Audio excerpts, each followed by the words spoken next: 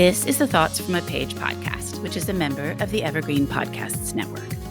My name is Cindy Burnett, and each episode I interview authors about their latest works and others in the book world about their jobs, what those jobs entail, and the books that they love. For more book recommendations, check out my earlier episodes and my website, thoughtsfromapage.com, and follow me on Facebook and Instagram at Thoughts From A Page. I recently posted 2 interesting bonus episodes to my Patreon account. First, for my indie bookstore series, I interviewed Alana Haley at Schuler Books in Grand Rapids, Michigan, about her store, how it went viral on TikTok, its place in the community, and the fact that the store is also an indie publisher. For my Bookstagrammer series, I chatted with Deb Coco of Lone Star Words and Kathy Starnes of K Starnes about their accounts, the process of writing reviews, and then we followed it up with a deep dive into Southern literature. Thanks to the fabulous people that have joined my Patreon group as page turners. I am thrilled to chat books with you and greatly appreciate the support. If you have not yet and want to learn more, the link is in the show notes.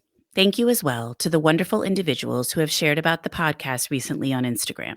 Kelly of Kelly Hook Reads Books, Virginia of Virginia's Reading Life, Nana of Read the World Better, Deb of Lone Star Words, Kathy of K Starnes, Becky of Becky on Books, Mary of Homegrown Book Picks, Kristen of Kristen's Reading Nook, and Yvonne of Yo Books and Things. I really appreciate your sharing it and helping more people find the podcast. Thanks to Maggie Garza of HTX Real Estate for sponsoring my podcast. Today, I am speaking with Todd Doughty about Little Pieces of Hope. Todd is currently Senior Vice President, Deputy Publisher of Doubleday, and has worked at Penguin Random House for more than 2 decades. A graduate of Southern Illinois University in Carbondale, and a former bookseller, he lives with his partner in Westchester County, New York. I hope you enjoy our conversation. Welcome, Todd. How are you today? Doing great. Thank you so much for having me. Well, I'm really glad you're here, and I'm so excited to speak about Little Pieces of Hope. Thank you.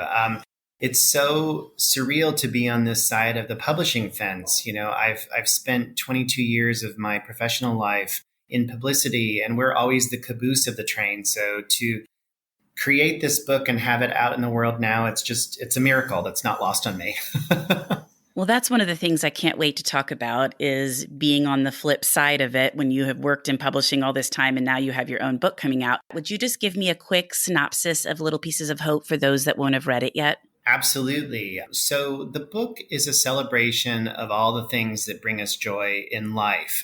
I have taken about 3,000 individual happy-making things, everything from TV shows, books, articles, sayings, feelings, memories, movies, recipes, and so much more, and put them into carefully curated lists, dozens of them, along with essays and playlists, so that I hope it gives the reader just this jolt of joy. I like to think of it as a daily devotional of delight.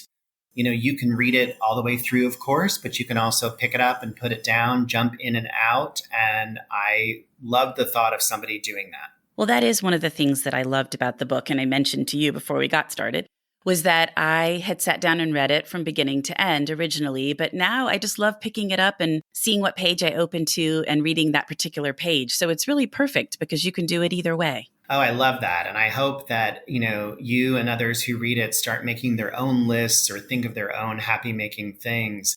This all started about 18 months ago on March 11th when the WHO declared the global pandemic. And I was on the train and I thought, I'm going to make a list of happy-making things in a difficult world and put it on my Instagram. So I started with that very first list. And on it are things like New York City, a fat goldfish, a really good burger, any movie of Katharine Hepburn's, but specifically her entrance in The Lion in Winter, bacon, Lin-Manuel Miranda from the Mixed Up Files of Mrs. Baisley, Frankweiler. So it's this hodgepodge of everything that I have loved in one place. And I just kept going and going and going. And the list just grew on and on and on. I was so curious as I was reading it. Initially, obviously, it was probably pretty easy to come up with your original list. But does it get harder and harder? Or where do you pull from to create these lists as you keep going? Well, one of the things that's happened during this time is that we've all been forced to notice the world around us in a way that we haven't before. So each night we watch Jeopardy, and then I plop down on the couch, and for about 90 minutes to 2 hours, I carefully worked on these lists in the Notes app in my iPhone. And I happen to be a pack rat, so I save things like postcards of pieces of art that I've loved, articles I've read over the years, books, photos and letters and things like that. So I drew a lot from my own personal experience, songs, everything else. But then also I would read an article that day and put it into the list. So I did a little bit of research. There's tons of animal group names in the book and factoids that I found fascinating. So I guess I would have to say it was kind of a mix of memory and discovery. There's a fine line between both, but that's where it all came from. Usually there was one or two things that kind of sparked the initial list that day. We'd be in our car and we'd hear a great song on the radio, and I'd take a screenshot of the radio, panel in our car and then put that song in later. So while the act of creating was dedicated each day, there was usually one or two things, and that would kind of get me off to the races. Well, and I guess once you got started, as you were just saying, and you knew you were making these lists, it's a lot easier to pay attention to everything that's happening in your day-to-day life and start kind of documenting as you go. Yeah. And when I was doing that, what the great thing that would happen is I would see a photo and think, oh, that's a good addition. Or I would, as I mentioned, read something and add that in. And it was a way of kind of keeping grounded. And, this time has truly been unprecedented, but I think the book could also apply if you're having just a regular battle day or you're having a tough time in life.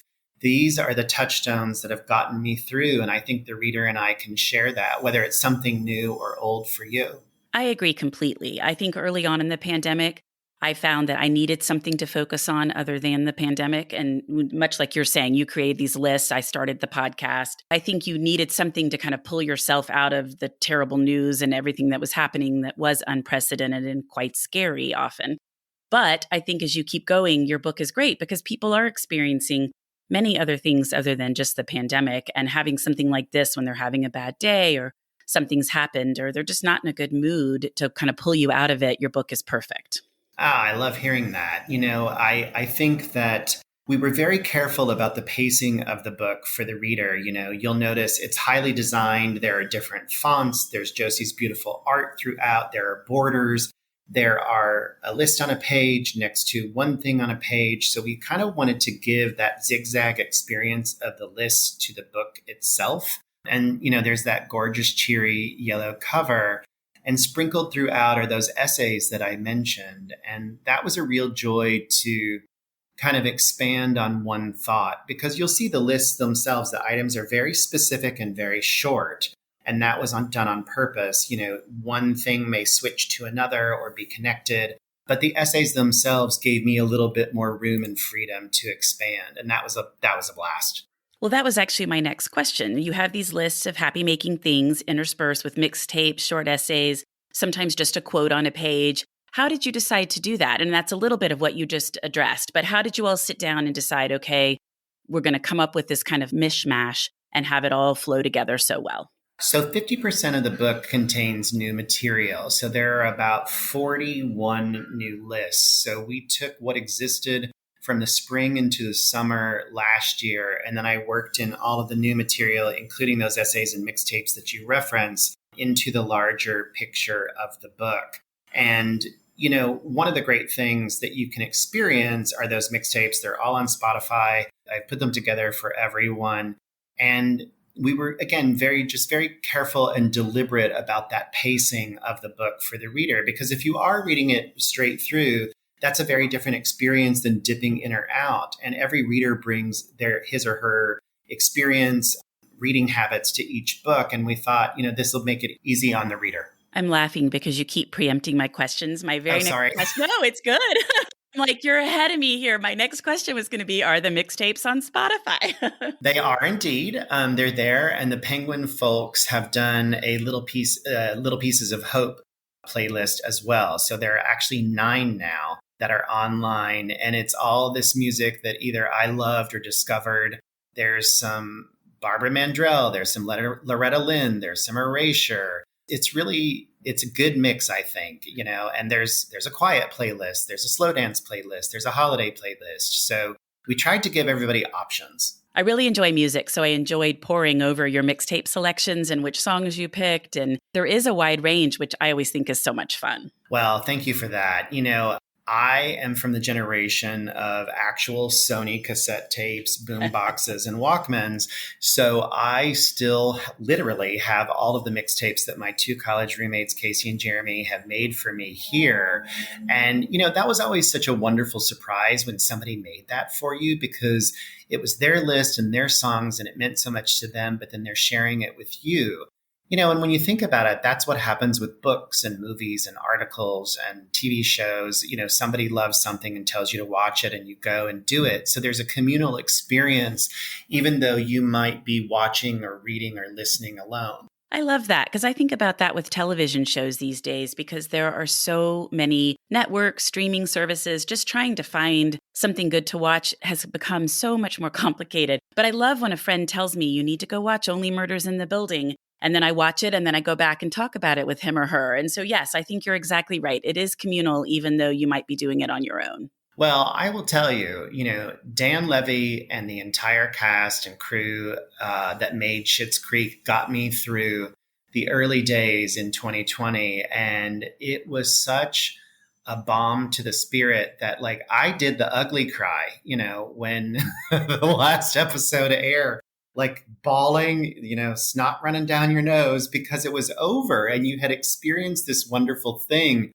And that was really just my happy place for such a long time. I can almost quote certain episodes verbatim, but we had never watched it and it was recommended to us and we were off to the races. And everyone else. I think people will always now associate Schitt's Creek with the pandemic. Absolutely. And it was great for me just to have 22 minutes of pure escape. I think that each list can be escape for the reader as well. You may not know something on that list, so you might have to go look it up, but that's part of the fun of it, Well, so let's talk a little bit about working in the publishing industry and then putting out your first book. Was it as you thought it would be? Was there a lot that surprised you a little bit? I mean, how was all of that?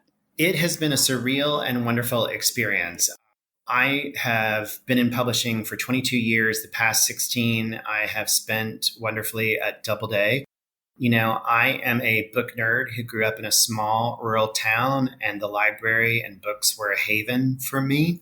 I was a bookseller in college and then moved to New York City and worked at the Walden Books on Wall Street. And in 1998, a friend of mine mentioned a job and publicity opening at Random House. And I went on the interview and somehow I convinced them to hire me, and it gave me the rest of my professional life. So on the publicity front, I always say that we are the caboose of the train. If you see an author on TV or you hear an author on a podcast or NPR, or you read something online, or you go to an author event virtually or in person, there's a publicist behind the scenes who's managing all of that. So to be on this side of the publishing fence is a totally different and new experience, but it's been nothing but a complete joy. When I did that first list, I never thought that this would become a book ever. It was just that list that day and the next day and the next day and the next day, and that became my habit. So the fact that this has happened is a miracle, and it's given me a perspective that I didn't have before. I have now seen the entire experience from A to Z. Well, that's what I was wondering, because you are at the tail end as a publicist of the entire process. So it probably filled in some gaps that maybe you didn't even know you had, or explained why certain things happen the way they do. Sure. I had never been through the copy editing process because that's a separate part and not, a part of my job in what I do. And Randy Marullo and Karen Wise are the two copy editors who worked with me. And, they were incredible. I wanted to be very sure that there were no specific repeats in the book. There are little Easter eggs throughout of things that crop up again in different ways, like Lin-Manuel Miranda and his work, Anne Rice and her books, Katharine Hepburn and her movies. So that was all deliberate. But, they were able to help me shape everything, get everything right. And then by the end of that experience, they gave me a copy edited document with all of the items listed in the book. And there were indeed over 3,000 individual things. Wow. Yeah. You're like, okay, I've put a lot of work into this. It's funny because when you're creating those every day, I'd never really thought about it as a whole until we started reassembling the project. And that was a really interesting experience to go back and see it all from the beginning. I would think it would be, because just with the format and the way it kind of skips around and you alternate what you've got on the pages, I would think that would have been quite a process to get it to be an actual book. Yeah, we had the first passes here with me in my apartment, and I color coded the new entries and the essays with different colored Post-its so that I could keep it organized, so that if we moved something, I knew what it was and where it was. But it was kind of like assembling a jigsaw puzzle or putting together a big quilt, taking all of those disparate pieces and making them into a cohesive whole. And that was really fun for me. And as you mentioned, though, if you pull one piece out and put it someplace else, sometimes that impacts all sorts of other pieces. So then you have to be like, okay, I've moved this one. Does that mess with anything else? Well, that is where the genius of Meg Letter, my editor and North Star extraordinaire, comes in, because she was really the guiding force behind this. She found Josie and her art and brought her in. Sabrina Bowers is the actual designer of the book. I gave her 3 sentences, like, let's use lots of fonts and let's make them bold, and some can be bigger, and some entries we'll pull out and put on a separate page. And they are the geniuses that corralled all of this with me and for me. And that collaboration, doing the project after being, typing out these lists alone, was really special. And probably so much fun. Oh, it was a blast, because when we were deciding about the art of the book, I actually found this piece of paper the other day. It's just a steno notepad. And I quickly wrote down 30 things that I would love to have illustrated in the book. And Josie made all of that happen. So it was just this very wonderful joint experience of building it all together. Well, it turned out beautifully. Oh, thanks. I think so. Well, I love to talk about covers, and I particularly love your cover. Tell me a little bit about how your cover came about. Sure. In my role at Doubleday now, I'm involved in our jacket process, and it is such an interesting thing to see that being born.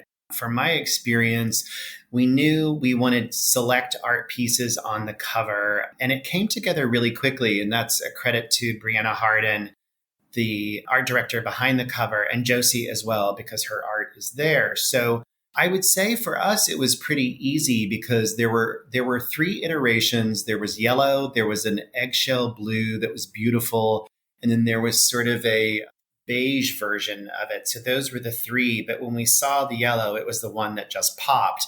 And then I think there were only 2 or 3 things that we kind of swapped out on the cover for balance to the one that you see today. I think we had part of the Schitt's Creek cast was on there, but it didn't quite fit with the image and where your eye would go. So we had to figure out that balance as well. But it was a pretty quick process, actually. Like it came together very quickly. And I love that jolt of the yellow color. And I think all the art really blends well together. I agree. And I think the yellow is genius because yellow is happy. When you see the yellow, it just makes you happy before you even are looking at anything else. Well, and on the finished book, too, if you flip it over, Josie hand-lettered some of the items from the list there. There's a champagne bottle that's popping. Right. And she even drew my own author photo on the back. So it's all connected. I loved that because I actually have the book right here. And I was looking at that again this morning. And I was like, that's so fun that she drew you. Oh, I loved it. We have a great author photo that a colleague of mine took. And then when Meg asked, what if we illustrated it? I thought that was just so much fun. I agree. Well, this is probably going to be a hard question for you as a publicist, but I always ask people before I wrap up what they've read that they really loved. Oh, sure. Well, right now I am reading the new novel from my dear friend and New York Times bestselling author, Adriana Trigiani. She has a novel called The Good Left Undone coming out in April of 2022. This epic saga of a family over the course of 3 generations, and it is incredible. I recently reread From the Mixed Up Files of Mrs. Baisley Frankweiler by E.L. Konigsberg, and I hadn't revisited it for a long time, and it was just as alive and vibrant as I remembered it as a kid. I mention it in my book in an essay, and I still have my hardcover copy from when I was a child with the dust jacket. It's a little worn and much loved, but a friend of mine got me into a charity event for, I believe it was a literacy event 23 years ago at the Plaza. And Mrs. Konigsberg and Paul Zindel, author of The Pigman, and Ira Weber, author of Lyle Lyle Crocodile, they were all there. And I brought my copy, and I described the scene as E.L. Konigsberg at a table, and there is this long static graph line of young children, and then there's me at the end, and the graph spikes, and I was the only adult in line. But rediscovering that book now was fantastic. The author Ariel Lawhon, who is an incredible writer at Doubleday, she recommended Louise Penny's Gamache series to me, her series of mysteries. I started with Still Life last year and absolutely loved those books. So yeah, I had a little bit of difficulty reading during this time. I don't know why. Those were some of the things that I've loved recently. I had a hard time initially reading as well. I just felt like it was difficult to sit down and focus. But then I would find something like a thriller for me, even though I'm not usually a huge thriller reader. A thriller would help because the pacing was so fast and it kind of just pulled you into another world immediately. Yeah, the page turners, I mean, those are definitely what Louise Penny's books have done for me. You have this real sense of community and these characters in Three Pines, and then Gamache with the murder, investigating the murder coming in, like you just tear through them. I work with John Grisham, and he has a new book out next week called The Judge's List, which is a terrific cat and mouse thriller about a sitting judge who also happens to be a serial killer. And it's so much fun. Oh, that does sound like so much fun and a little bit of a departure for him. Yeah, it's really great. I loved that. I have, the to be read pile is really high, and I have a bad habit of buying things and bringing books into the apartment. So there's always a stack somewhere. Well, and you must, as a publicist, have a certain amount of reading you have to get done anyway. Yeah, we read a lot for work. The editorial side has the most, because they're actually acquiring the books. I don't do that part. I just publicize and bring them out to the wider world via media, bookstores, et cetera, as I mentioned. But, one of the great things is that, books have always been such a part of my life that, I've worked with these incredible writers over the years, Kevin Kwan, Candace Millard, Hampton Sides, David Grand, John, Dan Brown, Margaret Atwood. I'm so lucky. It's just incredible. Well, thank you so much, Todd, for joining me today in the Thoughts from a Page podcast. I really, really enjoyed speaking with you. It was my pleasure. Thank you for having me. Thank you so much for listening to my podcast. If you like this episode, and I hope you did, please consider joining my Patreon as a page turner. Follow me on Instagram at Thoughts from a Page. Tell all of your friends about the podcast and rate it or subscribe to it wherever you listen to your podcasts. I would really appreciate it. The book discussed today can be purchased at the Conversations from a Page bookshop storefront, and the link is in the show notes. Thanks to Maggie Garza for sponsoring this episode, and I hope you'll tune in next time.